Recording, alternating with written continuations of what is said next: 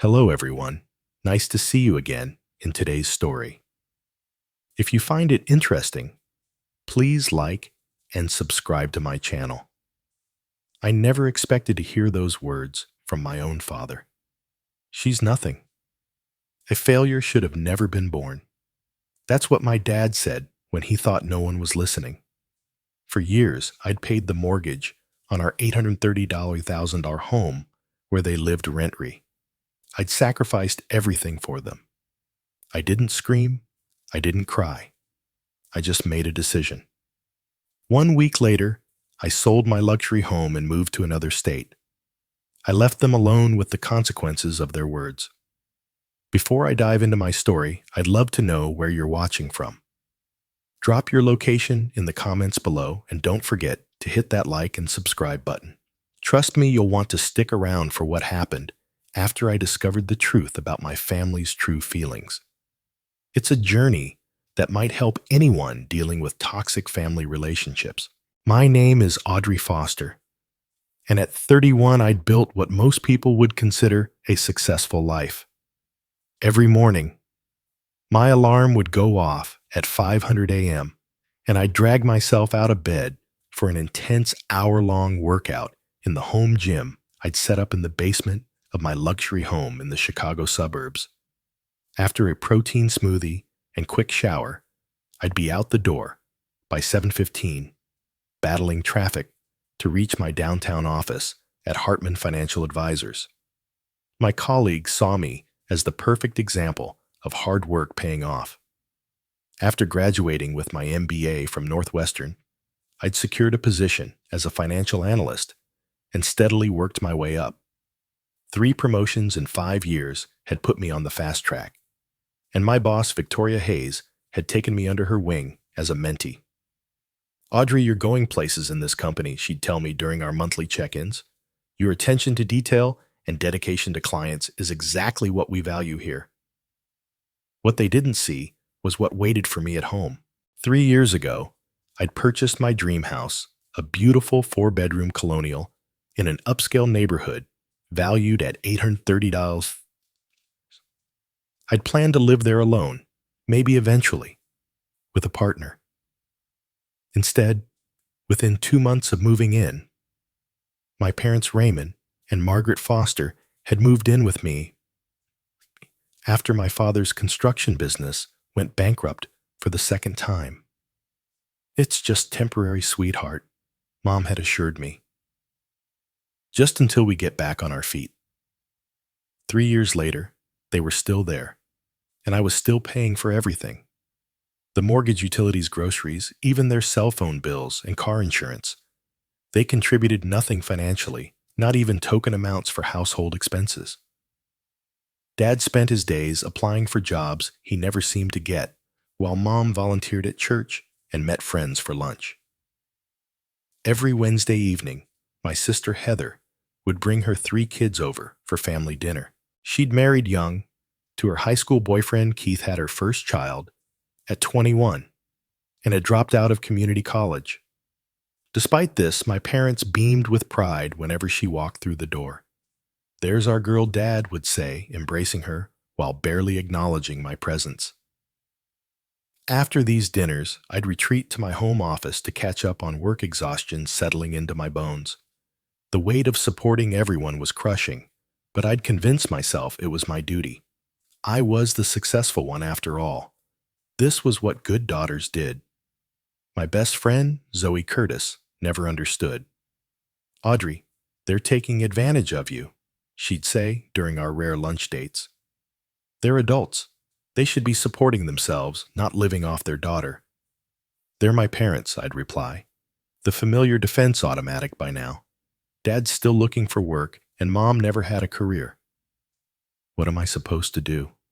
Throw them out on the street? Zoe would just shake her head, knowing there was no point arguing. She'd known me since college, watched me achieve every goal I set for myself, only to hand over the rewards to my family. That Wednesday morning, I had an important presentation for a potential new client, a retirement fund worth millions. Victoria had entrusted me with the lead assigned. She was grooming me for the next level. Land this account, and we'll be talking about that senior analyst position she'd promised. As I straightened my blazer and checked my appearance one last time before leaving, I caught sight of my father in the kitchen, sipping coffee and scrolling through his phone. "Big day today, Dad," I said, trying to inject some enthusiasm into my voice. "Wish me luck." He barely looked up. "Sure, honey. Good luck." I drove to work, pushing down the familiar sting of disappointment. Today was about my career, about proving to Victoria and myself that I deserved that promotion. Today was about my future. Little did I know how drastically that future was about to change. The presentation went better than I could have hoped. The clients were engaged, asking insightful questions, and by the end, they were nodding along with my recommendations. Victoria caught my eye across the conference room and gave me a subtle thumbs up. As we wrapped up, the CEO of the retirement fund shook my hand firmly. "Miss Foster, you've clearly done your homework. We'll be in touch very soon." After they left, Victoria pulled me aside. "That was excellent work, Audrey. I think we've got them. Take the rest of the day off. You've earned it." Excitement bubbled in my chest as I packed up my materials. I couldn't wait to share the news with someone. And despite everything, my parents were the first people I thought of. Maybe this time, Dad would actually be proud. I checked my watch, 2:30 p.m. They wouldn't be expecting me for hours, which meant I could surprise them with the good news and maybe even suggest celebrating with dinner out. When I pulled into our driveway, I noticed both their cars were there. Unusual for a Wednesday afternoon.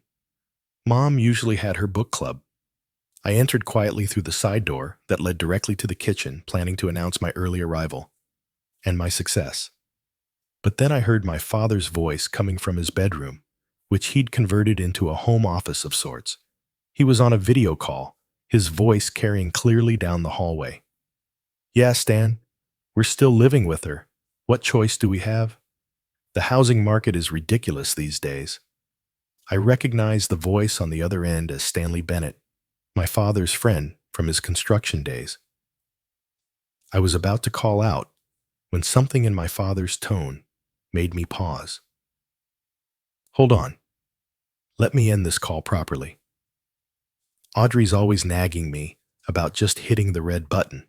I heard a click, followed by my father's voice again. "There now, we can talk freely." Except he hadn't ended the call. I could still hear Stanley asking if he was still there. My father had only minimized the window, thinking he'd disconnected. "She's nothing, Stan. A failure. Should have never been born." The words hit me like a physical blow. I froze in the hallway, unable to move forward or retreat. "Sure, she makes good money," my father continued, his voice dripping with disdain. "But what kind of life is that, 31, and still single, married to her job? It's pathetic, and she lords it over us like we should be grateful she's letting us live here." "At least you've got a roof over your head," Stanley replied, his voice tinny through the speakers. "Yeah, but at what cost? My dignity. Do you know how embarrassing it is when people ask what I do? And I have to admit, my daughter supports me. It's humiliating. What about Heather? She doing okay?" My father's voice immediately softened, pride evident in every word. "Now there's my real achievement. 3 beautiful grandkids, a solid marriage. Sure, she didn't go to some fancy college like Audrey, but she's got what matters: a family. Love. Keith's business is doing well enough. They're talking about buying a bigger house soon." I heard the bedroom door open, and my mother's voice joined the conversation. "Who are you talking to, Ray?" "Just Stan. We were discussing the girls." "Oh." My mother's voice grew quieter as she moved closer to the computer. "Did you tell him about Audrey's promotion? The one she won't stop talking about? What's there to tell? Another rung on the corporate ladder." "Big deal. I know." My mother sighed. Sometimes I wonder where we went wrong with her.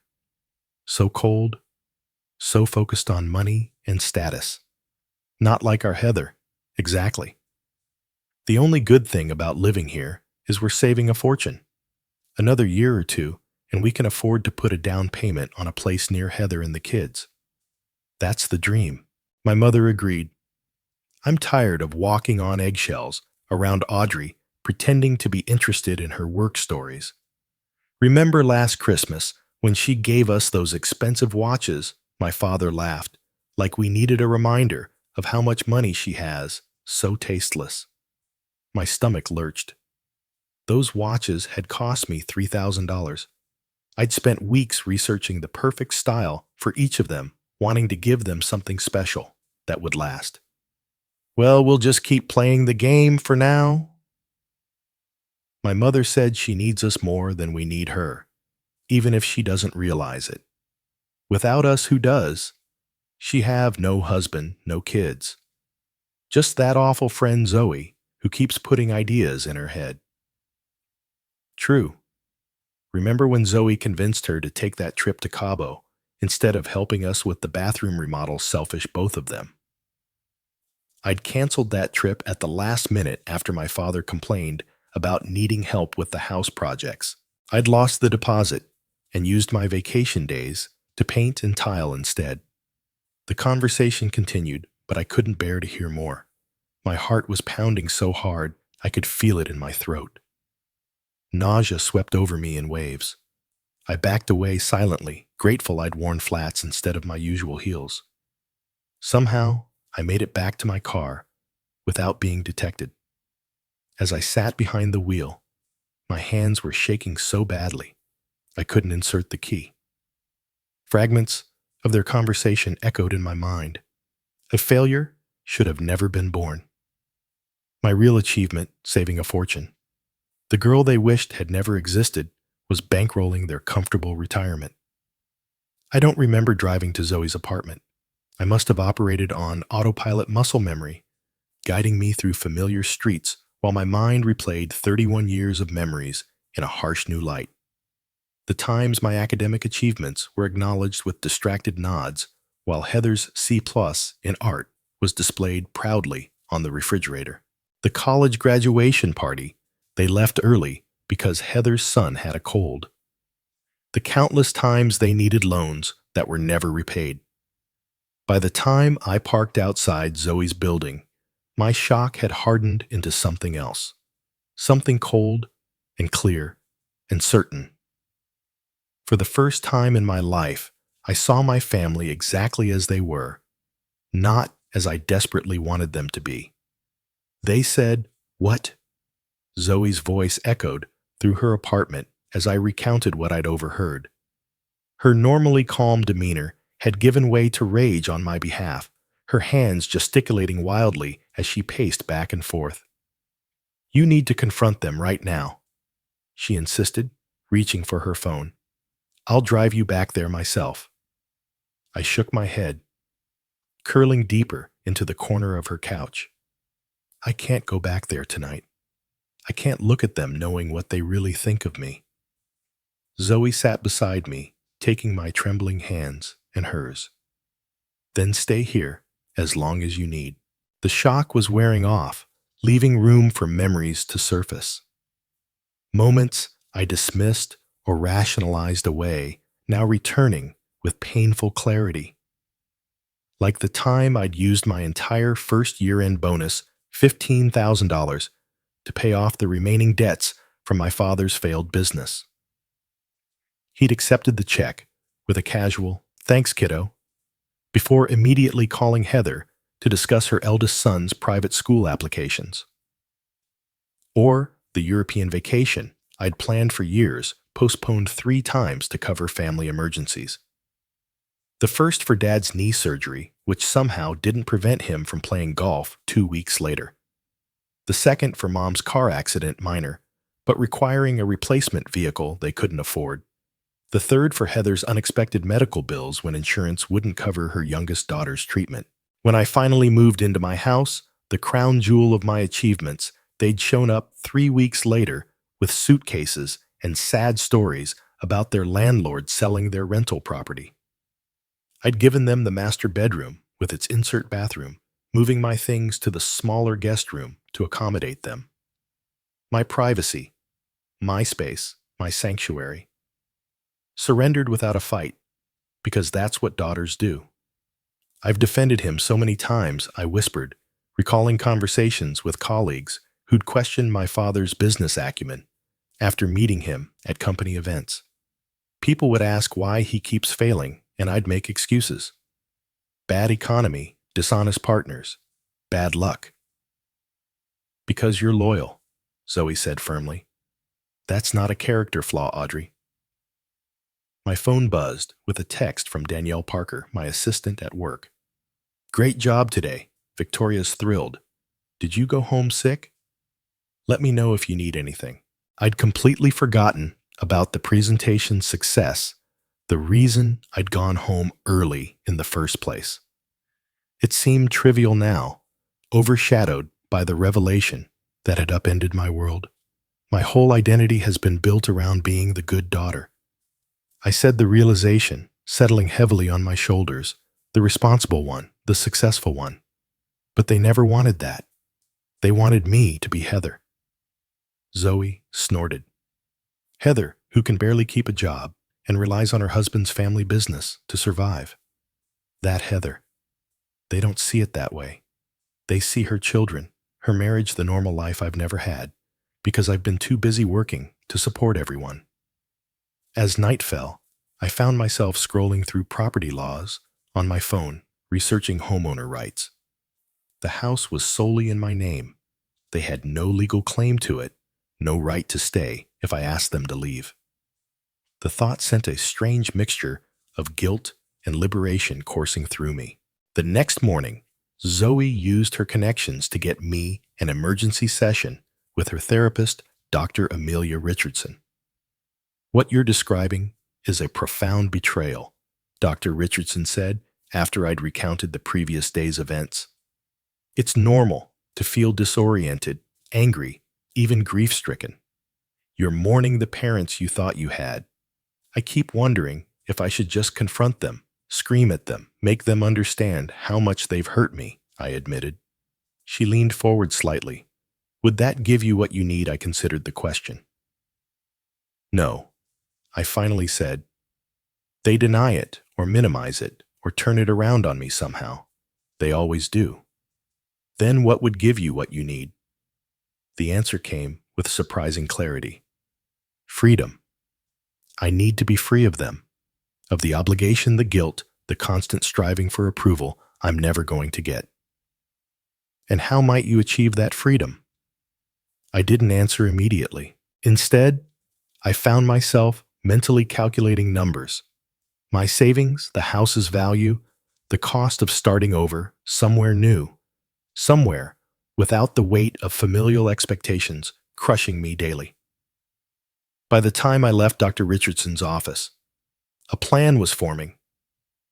Not a confrontation, but an exit strategy. I would not give them the satisfaction of my anger or my tears. I would simply remove myself from the equation of their lives as cleanly and completely as possible. That night, staying at Zoe's again, I created a detailed spreadsheet. Steps to take, calls to make, research to complete. By dawn, I had a comprehensive exit plan, mapped out a timeline for extracting myself from the life I'd built around people who had never truly wanted me in theirs. As I finally drifted off to sleep, I felt something I hadn't experienced in years. The lightness of a decision made a path forward clear. For once, I would put myself first, and I wouldn't apologize for it. For the first time in my entire career, I called in sick the next morning. Victoria was understanding. You've banked enough goodwill to take a month off if you needed to, but concern colored her voice. I assured her it was just a 24-hour bug.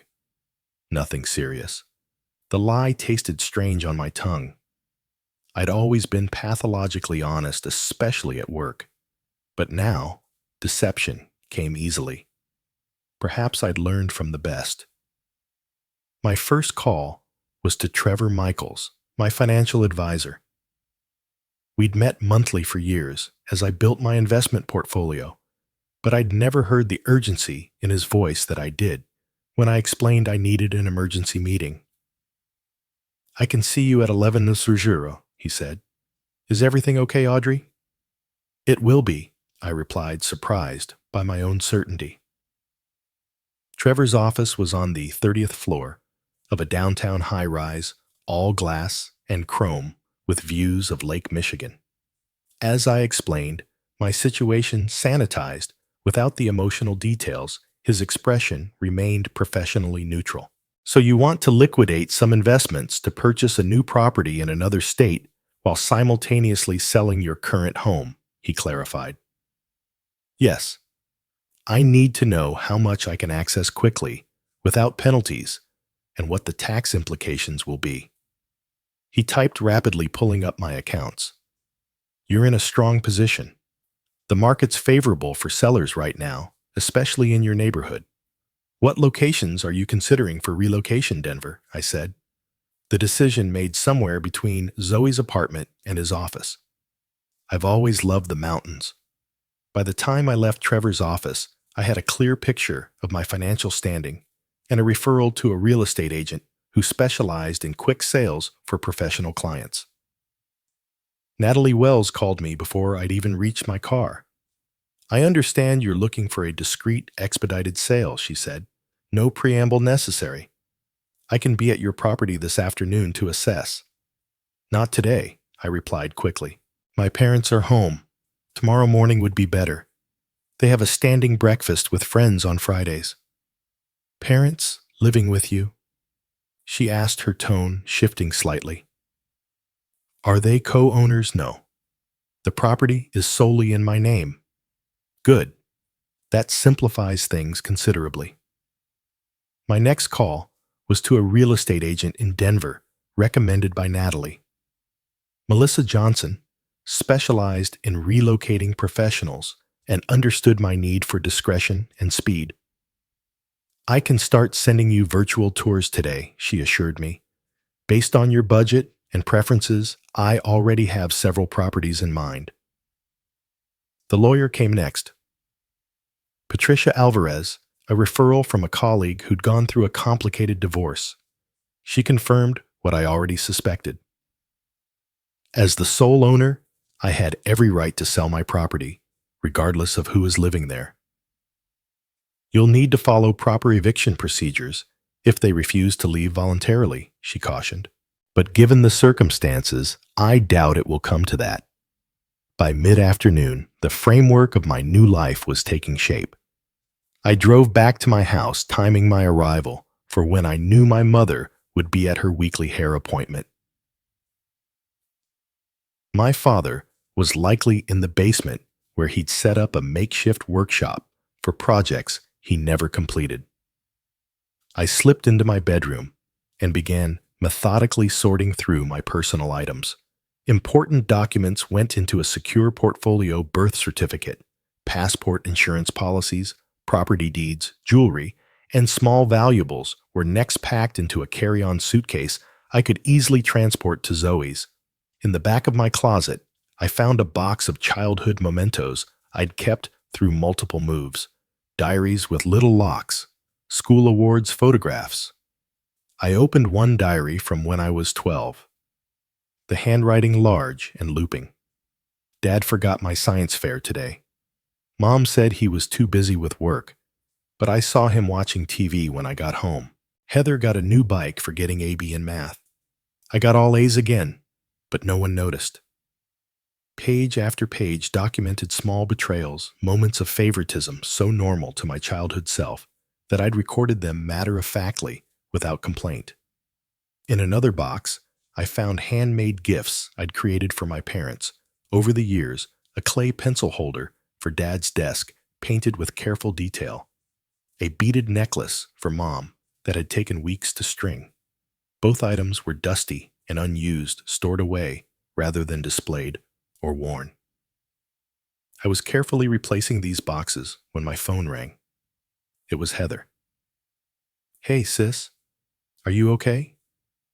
Mom said you didn't come home last night." I hesitated, unsure how much to reveal. Heather and I had never been close. The age gap and our parents' obvious favoritism creating a chasm between us. But she wasn't cruel, just self-absorbed in the way people can be when they've always been the center of attention. "I'm staying with Zoe for a few days," I said finally. "I need some space." "Space from what? Did something happen?" We arranged to meet at a coffee shop halfway between our homes. I wasn't ready to tell her everything, but I needed to gauge her reaction to see if she'd been part of their conversations about me. The cafe was busy, providing both ambient noise for privacy and enough witnesses to prevent a scene. Heather arrived, looking harried, her blonde hair so like our mother's, pulled back in a messy ponytail. She'd always been the pretty one, the charming one, while I was the smart one, a distinction that felt more like a consolation prize than a compliment. "What's going on?" she asked as soon as she sat down. "Mom's freaking out. She thinks you're having some kind of breakdown. I'm selling the house," I said bluntly, watching her face carefully. Her eyes widened. "What? Why you love that house?" "I'm moving to Denver. I've already started the process." "Denver? But what about Mom and Dad? Where will they go?" There it was. Her first thought was for our parents, not for me. But there was genuine confusion in her expression, not calculation. "They'll figure it out," I said, my voice steady. "They're adults, but they can't afford their own place right now. Dad's still looking for work, and Mom's never had a real job."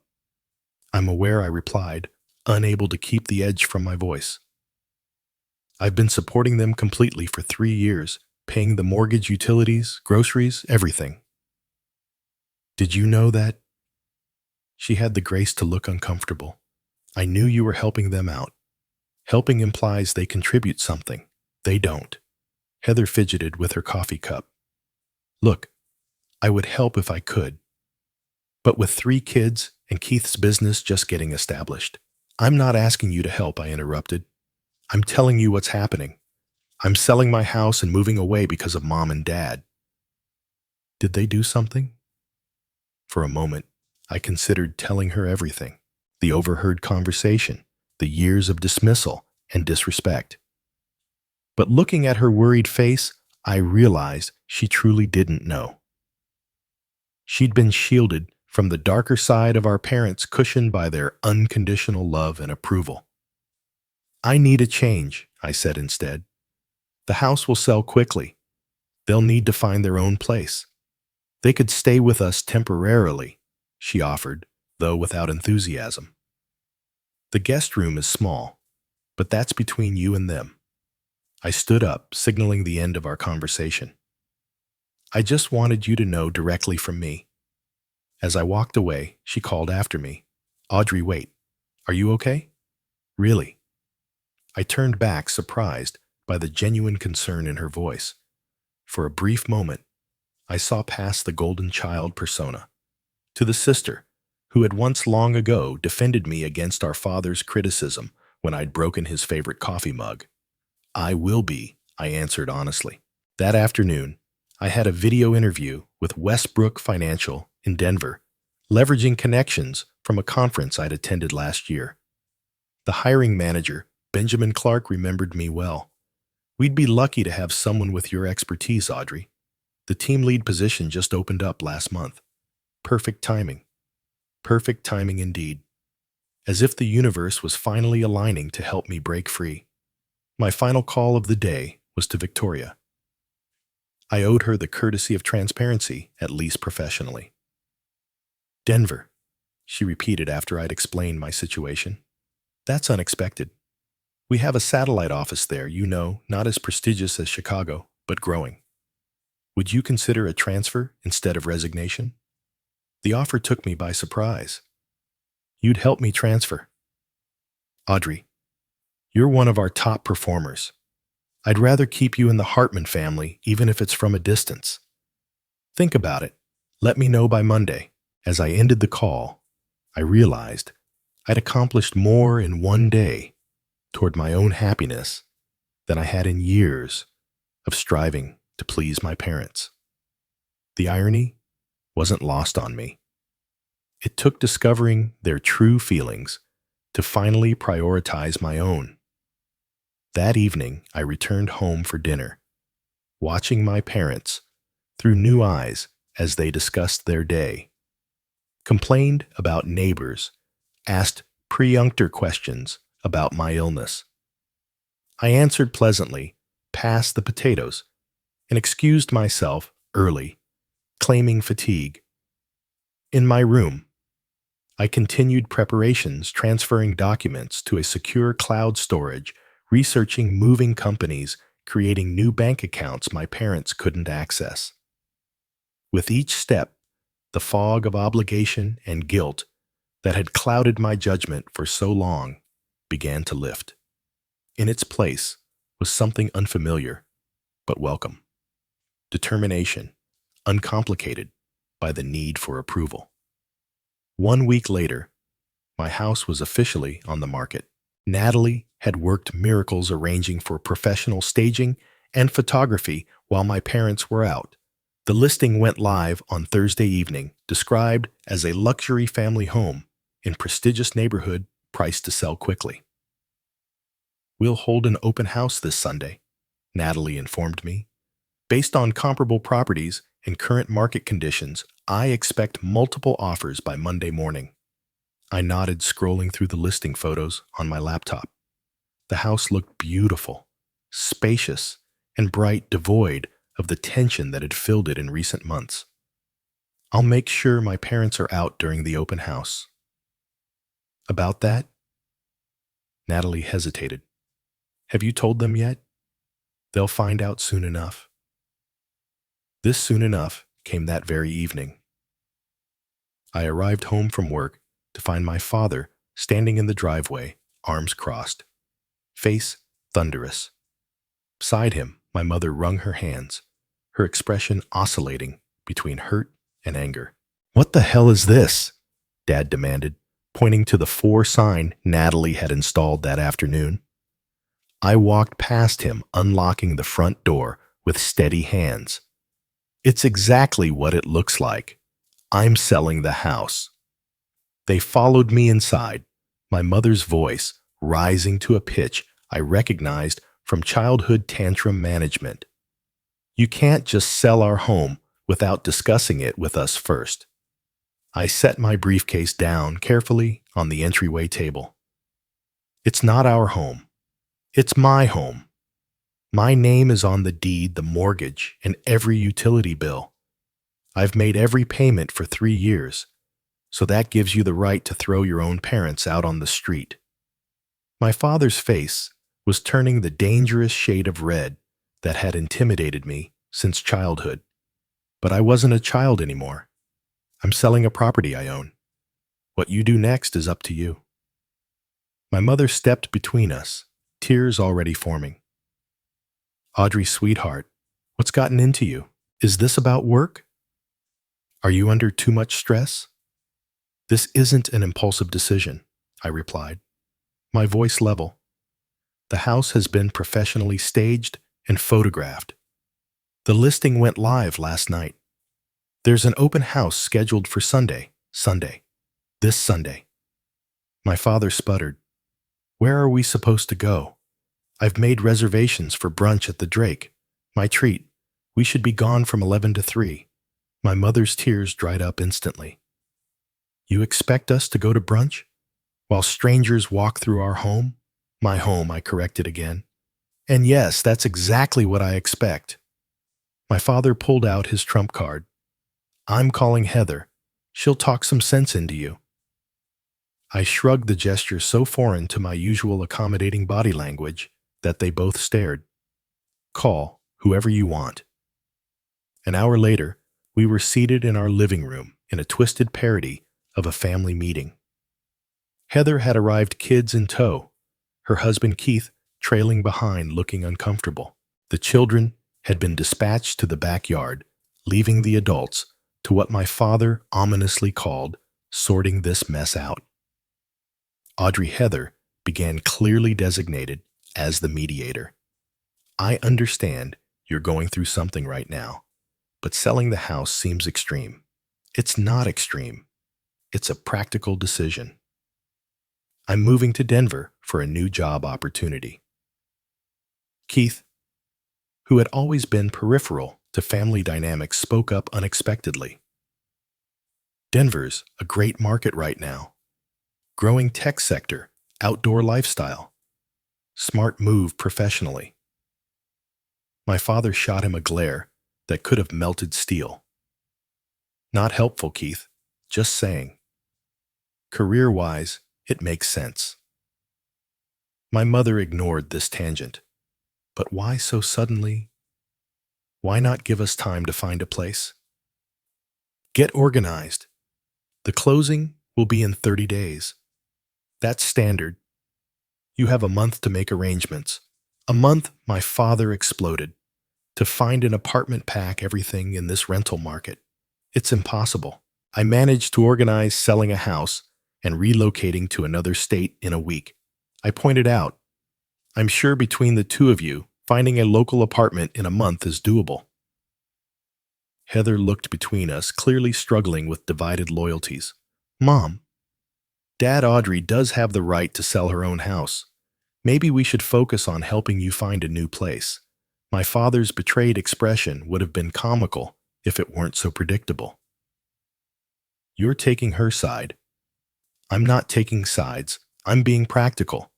If the house is for sale, you need somewhere to live.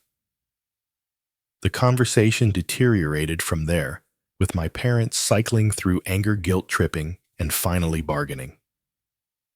Just give us 3 months, my mother pleaded. Until after the holidays. The market is hot right now, I replied. Waiting would be financially irresponsible. My father snorted. Since when do you care about money more than family? The irony of his statement hung in the air between us. If only he knew how his own words about me had set this all in motion.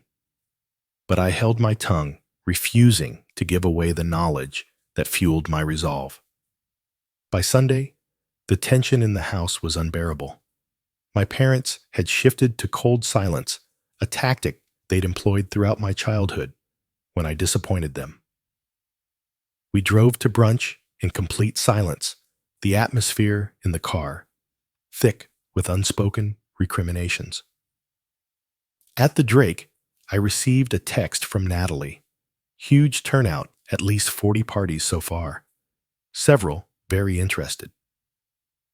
Monday morning brought news that exceeded even Natalie's optimistic projections. We have 7 offers, she announced when I called her from work. The highest is $875,000, all cash, 21-day close minimal contingencies. Accept it, I said without hesitation. Are you sure we could counter? Maybe push them to $885,000. The speed is more important to me than squeezing out another $10,000. By the time I returned home that evening, I had a signed purchase agreement and a closing date June 17th, exactly 3 weeks away. The buyers had waived the inspection contingency based on the home's age and condition, requiring only a standard appraisal for their lender. Meanwhile, Melissa in Denver had found me a perfect apartment, a 2-bedroom with mountain views in a secure building downtown, walking distance to my new office. I can hold it with a deposit, she said. It'll be available June 20th, if that timing works for you. 3 days after closing, just enough time to drive from Chicago to Denver with whatever possessions I decided to keep. The next phase was sorting and packing. I hired a professional organizer, Laura Bennett, who specialized in downsizing. Think of it as curating your life, she suggested as we stood in my bedroom, surveying the accumulated possessions of my adult life. Keep only what serves your new chapter. Together we created 3 categories: keep, sell/donate, and discard. My wardrobe was ruthlessly edited. The formal business attire of Chicago banking, giving way to Denver's more casual tech culture. Furniture that wouldn't fit in my new apartment was consigned to high-end resale shops. Books were boxed for donation to the local library, saved for a carefully selected collection I couldn't bear to part with. My colleague Danielle volunteered to help one weekend, arriving with coffee and an efficient attitude that matched my own. Victoria's in denial, she confided as we wrapped framed photographs in bubble wrap. She keeps telling everyone you'll change your mind before the transfer paperwork goes through. Not a chance, I replied carefully, packing away a photo of my college graduation. The only one where both my parents appeared genuinely proud of me. Had that been real, or just for the camera?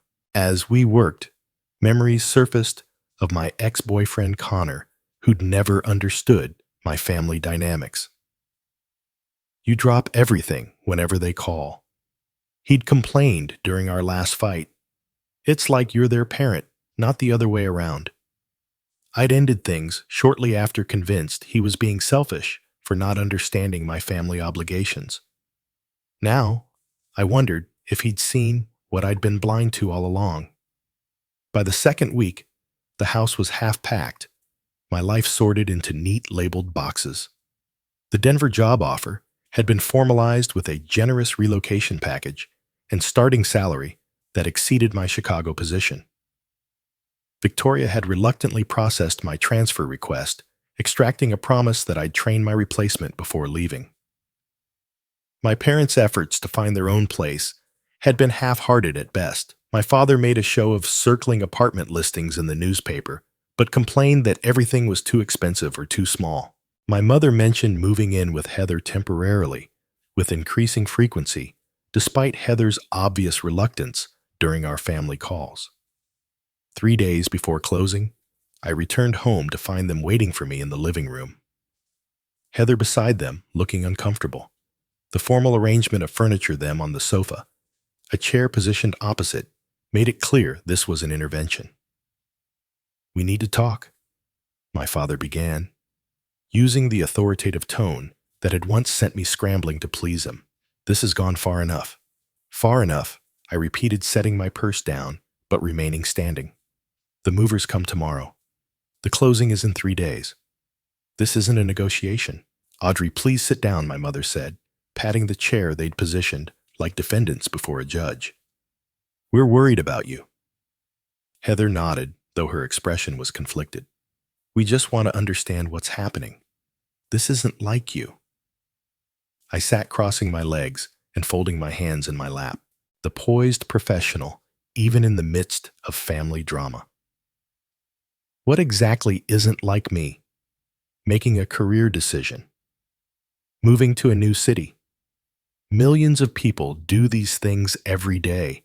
Abandoning your family without warning, my father clarified, his jaw tight. Throwing your parents out of their home. It's not abandonment, it's relocation. And it's not their home, it's mine. Heather winced at my tone, but I continued. "I've given you 3 weeks' notice, which is more than fair." "Fair." My mother's voice rose, tears already gathering. She'd always been able to cry on command, a skill I'd both envied and resented. "After everything we've done for you," the question hung in the air, so absurd I almost left. Everything they'd done for me. What exactly did they think that entailed, Mom? Heather interjected gently. "Maybe we should focus on solutions. Audrey has made her decision about the house." My father wasn't ready to concede. No daughter who respected her parents would do this. It's selfish and ungrateful.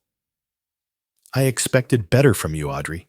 You've always been a disappointment, but this takes it to a new level." There it was, a disappointment. The same word he'd used with Stanley, not knowing I could hear. The final threat of my restraint snapped.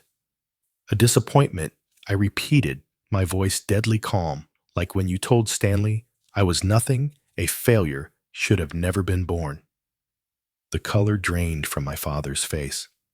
Beside him, my mother went completely still. "That's right," I continued. My eyes locked on his. 3 weeks ago, you forgot to hang up your call properly. I heard everything, every word about how pathetic I am, how embarrassed you are to live with me, how Heather is your real achievement while I'm just the ATM funding your comfortable retirement. Heather's gasp was audible. Dad, what is she talking about? My father recovered quickly, his expression shifting to defensive indignation. You were eavesdropping on a private conversation. I came home early to share good news about a client presentation. You were broadcasting your conversation through the whole house because you can't operate video call software properly. You clearly misunderstood. My mother interjected, reaching for my hand. I pulled away before she could touch me. Whatever you think you heard, I heard you too, Mom.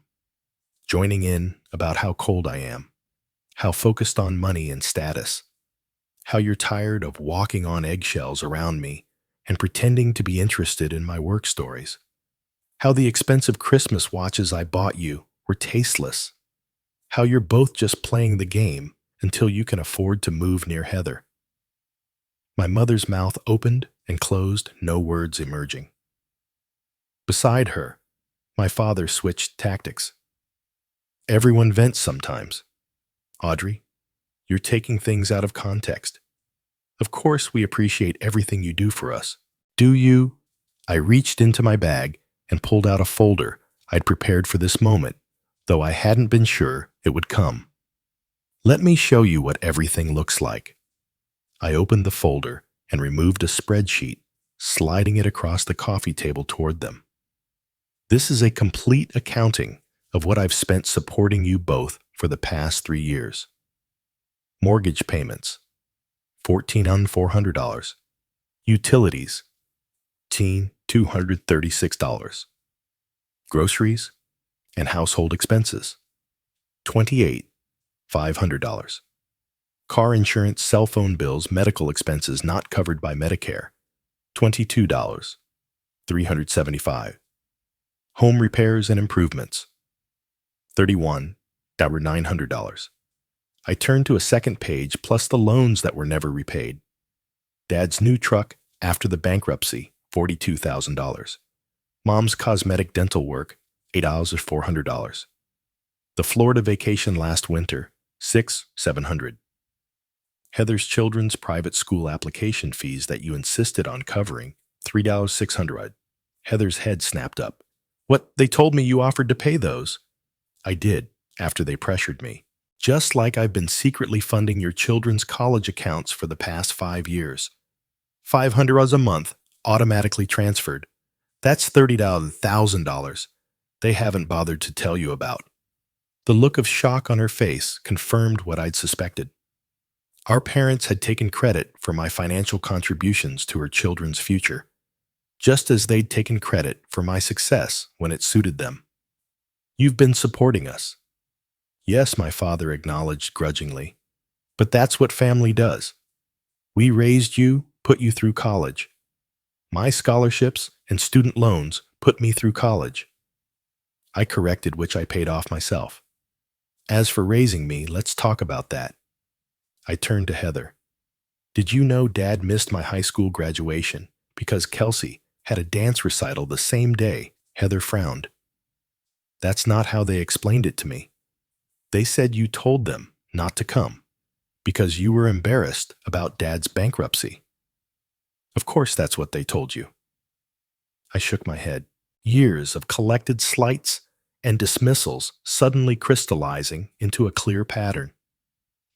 They've been playing us against each other our whole lives, making you the golden child and me the responsible one, ensuring we never compared notes.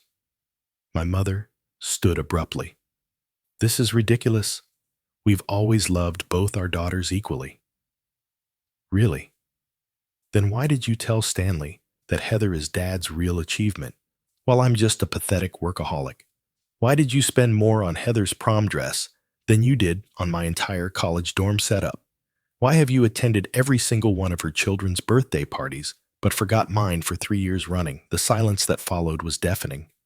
My father stared at the financial spreadsheet, seemingly unable to dispute the concrete evidence of my support. My mother had given up on tears and was now looking at me with something close to hatred. Her mask of maternal concern completely dropped. I don't expect answers, I continued, gathering the papers and returning them to my bag. I don't even want them anymore. What I want is for you to understand exactly why I'm leaving. It's not about the money. It's about the decades of emotional manipulation and favoritism. It's about discovering that the people I've sacrificed everything for see me as nothing but a convenient resource. I turned to Heather, whose expression had shifted from confusion to dawning comprehension. I don't blame you. You didn't create the dynamic. They did. But I'm done with it. What about us? My father finally asked, gesturing between himself and my mother.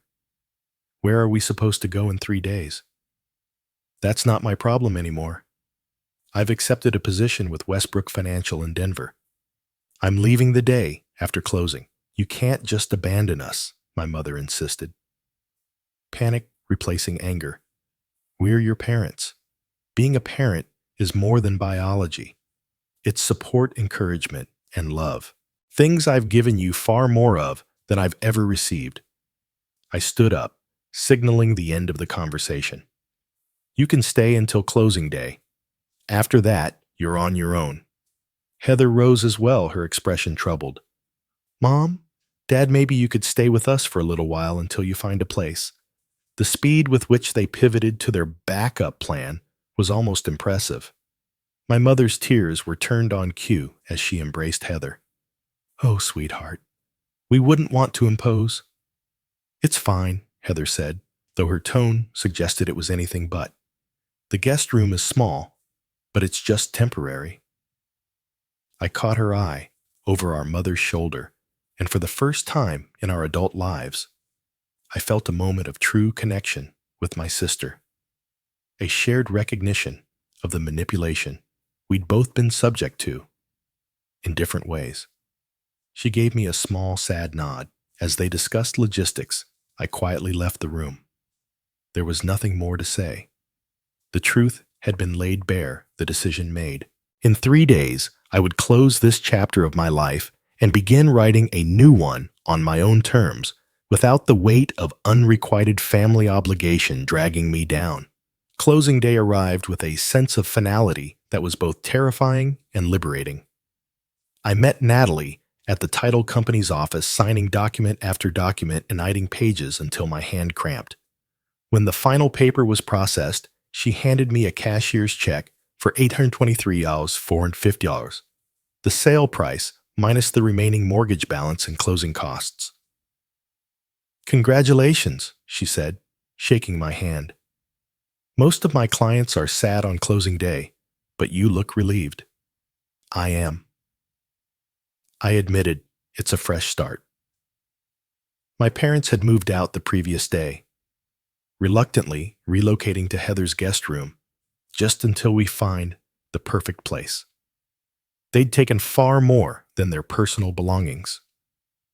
Kitchen appliances, I'd purchased the new living room furniture, even bathroom fixtures that should have stayed with the house. I let it go.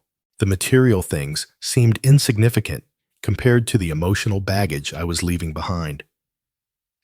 After the closing, I returned to the empty house for one final walkthrough. Each room held memories, some good, many tainted now by the knowledge of my parents' true feelings. The kitchen, where I'd prepared countless family meals. The dining room, where I'd endured subtle criticisms disguised as concern. The home office, where I'd overheard the conversation that changed everything. I was standing in my old bedroom when Heather arrived alone. I thought you might be here, she said, hovering in the doorway. The kids are with Keith's mom. I wanted to help with any last-minute things. I'm all packed, I replied, gesturing to the bare room. The movers took everything yesterday. She nodded, stepping further inside. I'm sorry, Audrey, about all of it. I had no idea they felt that way about you. I know, I assured her. It's not your fault, but I benefited from it. She acknowledged, surprising me with her insight. My whole life I got the praise, the attention, the support. I never questioned why. Because it was normal to you. Why would you question it? We stood in silence for a moment, the weight of shared history between us. Are we going to stay in touch? She finally asked. After you move. I'd like to, I said honestly. You and the kids, we can video chat, figure out a new relationship without them in the middle. She smiled tentatively. I'd like that too. Together, we walked through the house one last time, locking doors and closing blinds. At the front entrance, I handed her the spare key I'd been keeping for the buyers. Take care of yourself in Denver, she said, embracing me awkwardly. We'd never been physically affectionate siblings. Take care of yourself with them, I replied. Don't let them do to you what they did to me. Zoe was waiting in her car when I emerged ready for our 2-day road trip to Denver. We'd planned it as an adventure, a cleansing journey from my old life to the new. Ready? She asked as I slid into the passenger seat. More than you know. As Chicago receded in the rearview mirror, the tension I'd carried for years began to dissolve. We crossed state lines, singing along to playlists, stopping at quirky roadside attractions, talking about everything and nothing. With each mile, I felt lighter, more myself. Denver welcomed us with stunning mountain views and clear blue skies. My new apartment was everything Melissa had promised. Modern, spacious, with floor-to-ceiling windows framing the distant Rockies. The furnishings I'd kept fit perfectly, and what was missing could be replaced in time. This place is gorgeous, Zoe declared as we uncorked a bottle of champagne, that first night to new beginnings. To freedom, I countered, clinking my glass against hers. Zoe stayed for a week, helping me settle in before flying back to Chicago. Her departure was bittersweet, my only connection to my old life returning to it. But I wasn't alone for long. My new position at Westbrook Financial began the following Monday. The team welcomed me warmly, and the work itself was engaging, similar enough to my previous role to leverage my expertise, different enough to present new challenges. My boss, Monica Evans, had a management style that emphasized results over FaceTime, a refreshing change from Chicago's more traditional banking culture. 1 month into my new life, I was establishing routines. Morning runs in a nearby park. Weekend hikes in the foothills. Evenings spent reading or exploring my new city. My apartment was taking shape, becoming a true reflection of my tastes, without accommodation for anyone else's preferences. The phone call from Heather came on a Sunday afternoon. "How's Denver?" she asked after pleasantries were exchanged. "It's wonderful," I replied truthfully. "How are things there?" Her hesitation told me everything before she spoke. "Challenging. Mom and Dad are still with us. They've looked at a few apartments, but always find reasons why they won't work. Let me guess. Too small. Too expensive, wrong neighborhood." "Exactly," she sighed. "And they're not contributing to household expenses." "Keith is getting frustrated. They did the same thing to me," I reminded her gently. "It's a pattern, I know. She paused. "I feel guilty even complaining to you about it after what you went through." "Don't. We're both their daughters, just in different roles." After we hung up, I felt a momentary pang of guilt. Had I simply shifted their burden from my shoulders to Heather's? But I reminded myself that Heather had Keith, a partnership to help bear the weight. And unlike me, she'd been raised with the tools to set boundaries, having seen them modeled by our parents her entire life. That night, I noticed a letter in my mail pile with my mother's distinctive handwriting.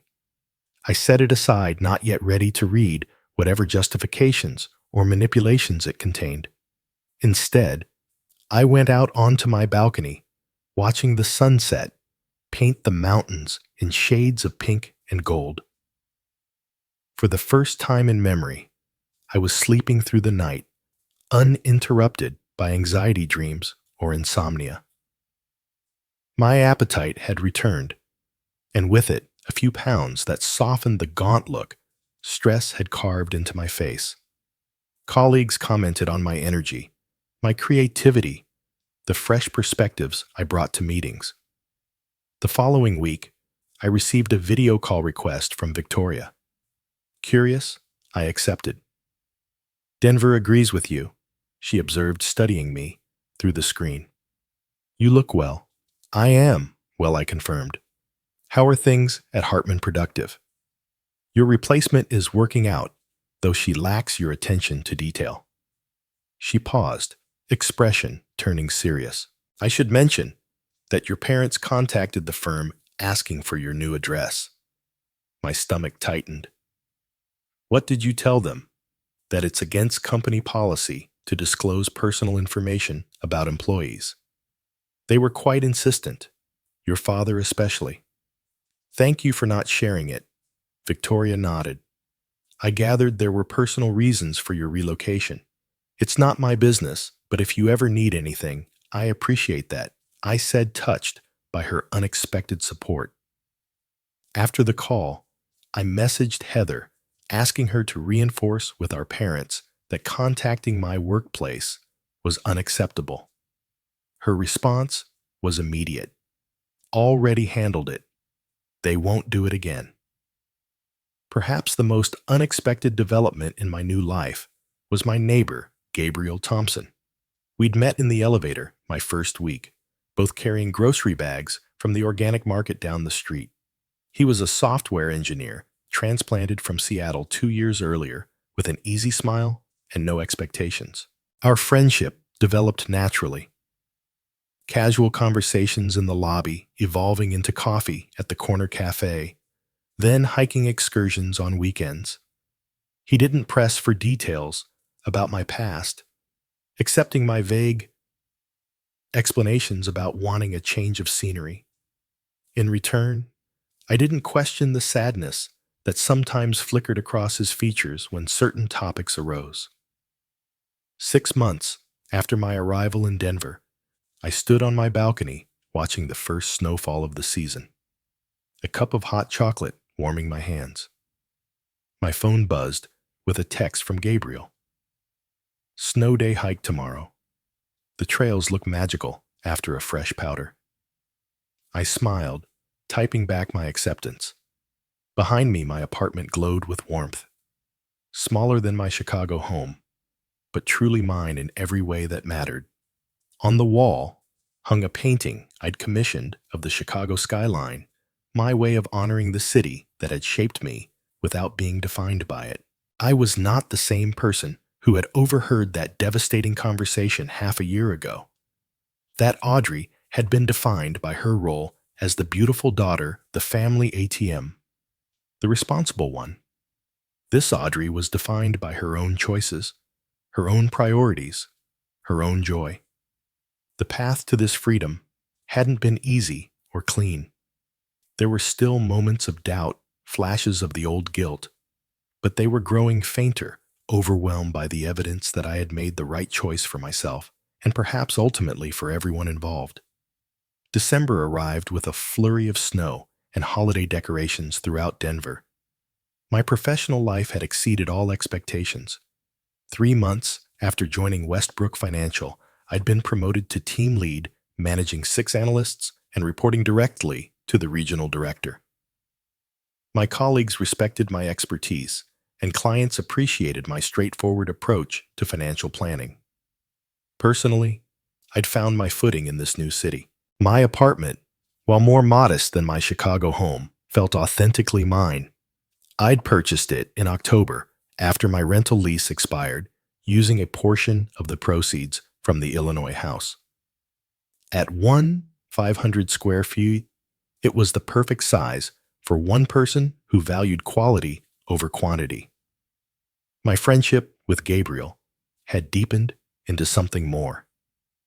Though we were taking things slowly, both of us carried baggage from previous relationships. His a divorce mind, the complex entanglement of family dysfunction. We'd agreed to be intentional about our connection, building a foundation of honesty and respect before defining what we might become to each other. Every Saturday morning, I video called with Heather and her children. These conversations had become a highlight of my week, a way to maintain family bonds that were healthy and reciprocal. Her oldest, Tyler, was applying to colleges and often sought my advice on financial planning for education. The younger two, Emma and Lily, simply enjoyed showing me their latest art projects or soccer trophies.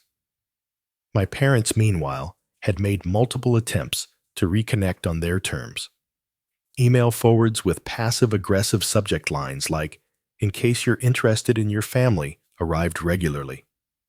Phone calls came on holidays and birthdays filled with subtle guilt trips and thinly veiled criticisms of my abandonment. I'd finally read my mother's letter, finding exactly what I'd expected, a masterclass in manipulation, disguised as maternal concern. "We only want what's best for you," she'd written. "Families should stay together, especially as parents age. Your father and I aren't getting any younger." Dr. Richardson, who continued our therapy sessions via video, helped me navigate these boundary violations without falling back into old patterns. Forgiveness doesn't mean reconciliation. She reminded me, you can release the anger without allowing them back into a position where they can harm you. As Christmas approached, I faced a decision about holiday plans. Heather had invited me to visit Chicago, offering her home as neutral territory for a potential family gathering. Gabriel had suggested a ski weekend in Aspen as an alternative. A third option beckoned as well, hosting my own small celebration in Denver with local friends I'd made through work and my hiking group. "What does your gut tell you?" Dr. Richardson asked during our session that I'm not ready to see them. I admitted the thought of sitting across a table from my father, pretending everything is fine. "I can't do it yet." "Then don't. Your healing timeline is your own." I chose option 3. Decorating my apartment with tasteful but festive touches. A small tree in the corner, twinkling lights along the balcony railing, handmade wreaths I'd created at a community workshop. I invited 8 people for Christmas Eve dinner, including Gabriel and Monica from work with her husband. The day before the gathering, my doorbell rang. A delivery person handed me a package from Heather. Inside were handmade ornaments from the children, along with a card that brought tears to my eyes. "We miss you, but we understand. Building your own traditions is important too. Love you, sis." I hung the ornaments prominently on my tree, photographing them to send with my thanks. As I was about to put my phone away, it rang a Chicago number I recognized immediately. My father. For a moment, I considered letting it go to voicemail, but something prompted me to answer. "Hello, Audrey." His voice sounded older, smaller somehow. "Merry Christmas." "Merry Christmas, Dad," I replied, keeping my tone neutral. "Your mother and I," he began, then cleared his throat. "We're in our own place now. A small apartment near Heather. That's good. I'm glad to hear it." An awkward silence stretched between us. I waited, refusing to fill it as I once would have. "Things have been difficult," he finally continued. "Financially. The rental market here is worse than we expected." There it was, the real purpose of the call. "I'm sorry to hear that." Another pause, longer this time. I could almost hear his internal struggle. Pride wrestling with need. Expectation battling with the new reality. "Audrey, I know things ended badly, but we're your parents. We need Dad." I interrupted gently but firmly. "I'm not in a position to provide financial support anymore. My life has changed. My expenses and priorities are different now, but family helps family." He insisted, the familiar guilt tactic emerging. "Yes, they do. And that help can take many forms. I'm happy to stay in touch, to rebuild a relationship based on mutual respect, but my financial support is no longer an option." The silence that followed told me everything about his true priorities. When he spoke again, his voice was tight with suppressed anger. I see. Well, Merry Christmas then. Merry Christmas, Dad. I repeated, ending the call before he could continue. I stood on my balcony afterward, watching snow fall gently on the city below. 6 months ago, that conversation would have left me devastated, racked with guilt and self-doubt. Now, I felt only a calm certainty that I had made the right decision, not just for my financial well-being, but for my emotional health. Christmas Eve arrived with perfect, Rocky Mountain clarity, brilliant blue skies contrasting with snow-covered peaks in the distance. My apartment filled with delicious aromas as I prepared dinner, something I'd once done out of obligation, but now enjoyed as a creative expression. Gabriel arrived early to help moving around my kitchen with comfortable familiarity. Your dad called again, he asked when I mentioned the conversation. Trying the direct approach, this time I confirmed checking the roast in the oven. At least he was honest about wanting money, and you're okay with setting that boundary. I considered the question seriously.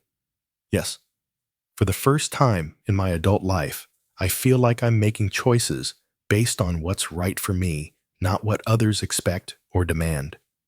He smiled, the expression warming his eyes. That's what I admire about you, Audrey. Your courage to redefine yourself. As my guests arrived bringing wine and desserts and holiday cheer, I realized I'd created something precious here.